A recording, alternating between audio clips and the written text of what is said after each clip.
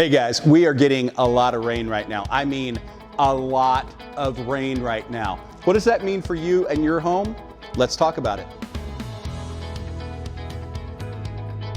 When it's raining, this is a great opportunity for you to go outside and walk around your house, because what we're looking for is standing water within about 4 or 5 feet of your foundation.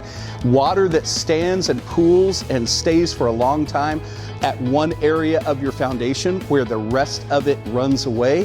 That area can become problematic. You don't want natural water standing next to your foundation.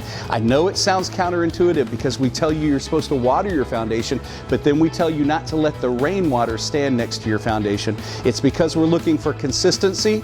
Mother Nature's not consistent. So walk around your house, look for pooling water. Sometimes it's as easy as a low area that needs some dirt added that will kick the water away. Other times you might need to call us to design and install a drainage system specifically designed for your house and for your issues to get that water away from your house so that we can try to prevent foundation problems and, in some cases, actual flooding of your home. You walk around your house and you see water pooling next to your foundation and you're not quite sure what to do about it, give us a call. We'll come out and give you a free, no pressure evaluation. We can design a drainage system specifically for your home.